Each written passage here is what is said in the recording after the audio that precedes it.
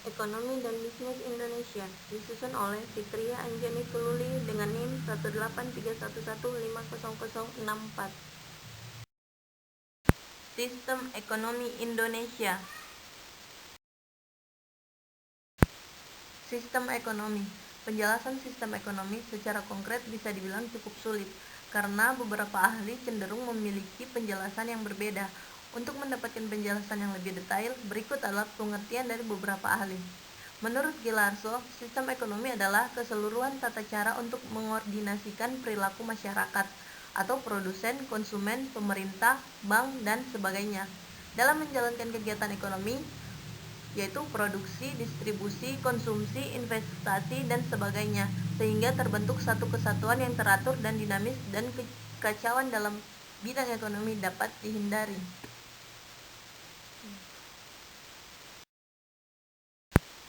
Menurut Gregory Grossman dan M. Mananu, sistem ekonomi adalah sekumpulan komponen-komponen atau unsur-unsur yang terdiri dari atas unit-unit ekonomi serta lembaga-lembaga ekonomi yang bukan saja saling berhubungan dan berinteraksi, melainkan juga saling menopang dan mempengaruhi.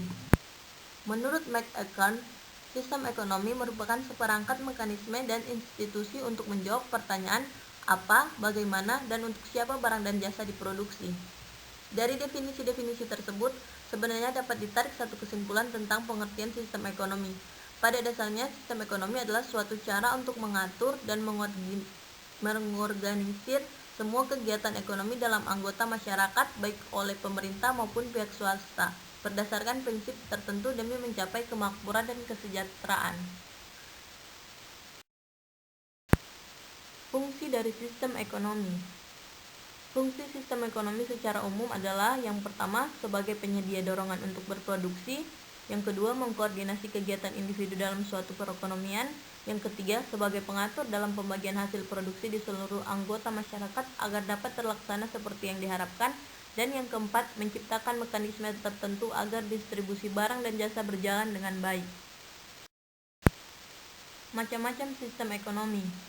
Yang pertama, sistem ekonomi tradisional, yaitu suatu sistem dalam organisasi kehidupan ekonomi berdasarkan kebiasaan, tradisi masyarakat secara turun-menurun yang mengandalkan faktor produksi apa adanya. Kelebihan dari sistem tradisional adalah adanya semangat kekeluargaan dan kejujuran dari setiap individu dalam memenuhi kebutuhan hidupnya. Kelebihan dari sistem ini, yang pertama, kegiatan perekonomian berjalan atas dasar kejujuran karena tujuannya untuk pemenuhan kebutuhan hidup bukan untuk mencari keuntungan. Yang kedua, hubungan antar individu di masyarakat masih sangat kuat dan saling tolong-menolong.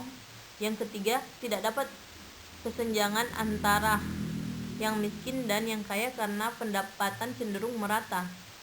Yang keempat, tidak terdapat inflasi, pengangguran, dan masalah lain yang terdapat pada sistem lainnya.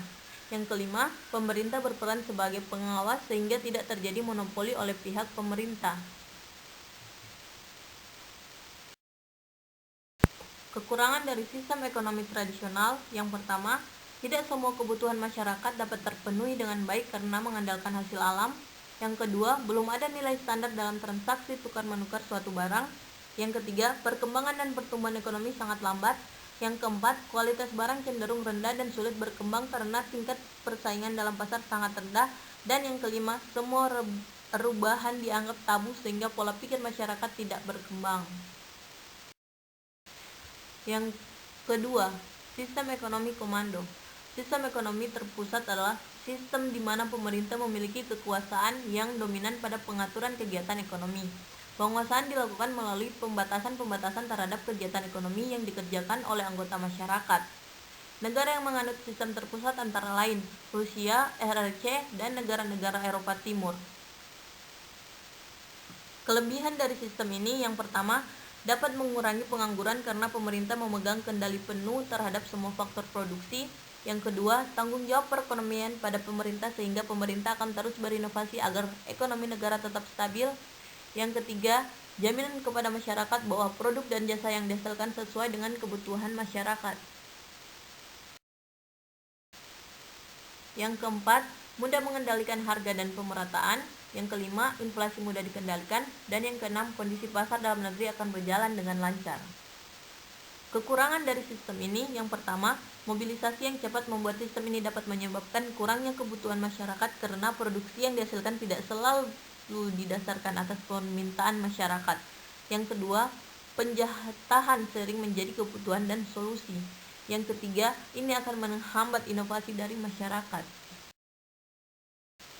Yang ketiga, sistem ekonomi liberal atau kapitalis. Sistem ekonomi berdasarkan kebebasan seluas-luasnya bagi seluruh masyarakat dalam kegiatan perekonomian tanpa adanya campur tangan dari pemerintah. Landasan dari sistem perekonomian ini bertujuan secara umum untuk mencari keuntungan pribadi tanpa adanya pihak lain yang perlu dipertimbangkan. Kelebihan dari sistem ini yang pertama, setiap perorangan atau perusahaan memiliki kebebasan dan mempunyai hak untuk memiliki kekayaan dan sumber daya produksi pribadi atau tidak dibatasi. Yang kedua, inisiatif dan kreativitas dapat dikembangkan. Tindakan selalu berdasar pada prinsip ekonomi sehingga efisiensi dan efektivitas tinggi. Yang ketiga, kebebasan dalam memproduksi produk atau jasa menyebabkan persaingan antara produsen atau perusahaan untuk menghasilkan barang yang bermutu. Kekurangan dari sistem ini yaitu yang pertama, kebebasan pasar menyebabkan persaingan untuk merebut pasar. Hal ini menimbulkan terbentuknya monopoli, kolusi usaha, dan konglomerasi, sehingga mengancam pengusaha yang lemah. Yang kedua, mendorong semakin terlihatnya kesenjangan antara golongan ekonomi kuat dengan ekonomi yang lemah. Dan yang ketiga, perekonomian mudah menghadapi ketidakstabilan. Yang keempat, sistem ekonomi campuran. Sistem ekonomi campuran adalah suatu sistem ekonomi yang di satu sisi pemerintah memberikan kebebasan kepada masyarakat untuk berusaha melakukan kegiatan ekonomi, akan tetapi di sisi lain pemerintah memiliki campur tangan dalam perekonomian dengan tujuan menghindari penguasaan secara penuh dari segolongan masyarakat pada sumber daya ekonomi. Kelebihan dari sistem ekonomi campuran yang pertama, setiap hak individu akan diakui, penetapan harga dalam perekonomian akan terkendali, sektor ekonomi diarahkan untuk kepentingan masyarakat, terdapat sebuah kebebasan dalam usaha, dan yang kelima, kestabilan ekonomi terjamin. Kekurangan dari sistem ini yaitu yang pertama, beban pemerintah akan lebih berat dibandingkan dengan sektor swasta. Yang kedua, pihak swasta kurang memaksimalkan keuntungan yang seharusnya didapatkan. Yang ketiga, tidak ada kejelasan mengenai batasan pengaruh pemerintah dalam kegiatan perekonomian. Dan yang keempat, ketimpangan dalam persaingan bisnis dan tidak tepatnya pengolahan sumber daya. Sistem perekonomian Indonesia. Setiap negara menganut sistem ekonomi yang berbeda-beda, terutama Indonesia dan Amerika Serikat. Dua negara ini pun menganut sistem ekonomi yang berbeda.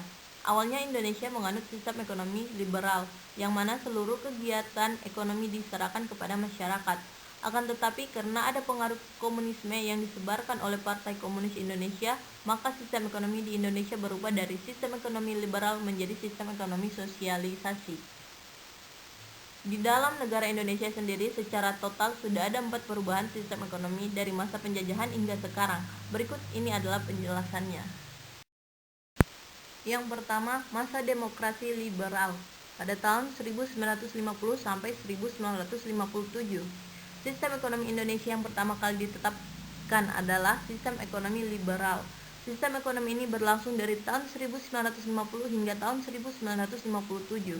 Artinya beberapa tahun setelah Indonesia merdeka pada tahun 1945. Saat itu perubahan kabinet yang sering sekali terjadi pada saat itu berdampak negatif pada lemahnya ekonomi di Indonesia. Selain kebijakan menggunting uang kertas, pada saat itu juga terjadi gerakan banteng untuk merubah struktur ekonomi kolonial menjadi struktur ekonomi nasional. Kebijakan ini dinyatakan oleh Dr. Sumitro Jojo Hadikusumo, seorang ahli ekonomi pada masa kabinet Natsir. Gerakan ini dilakukan untuk melindungi para pengusaha dalam negeri dengan memberikan suatu bantuan berupa kredit dan bimbingan yang konkret.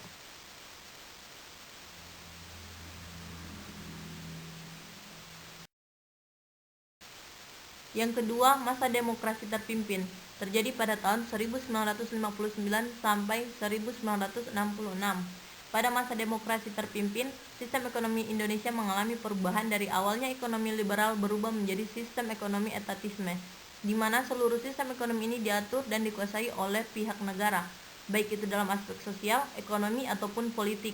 Sistem ekonomi ini dicetuskan oleh Presiden Insinyur Soekarno di tahun 1959. Sistem ekonomi ini dilakukan karena sistem ekonomi liberal membuat setiap pengusaha dalam negeri tidak mampu bersaing dengan pengusaha asing, sehingga dibentuklah Dewan Perancang Nasional atau Depernas di tahun yang sama yang dipimpin oleh Muhammad Yamin untuk mempersiapkan rancangan undang-undangan pembangunan nasional.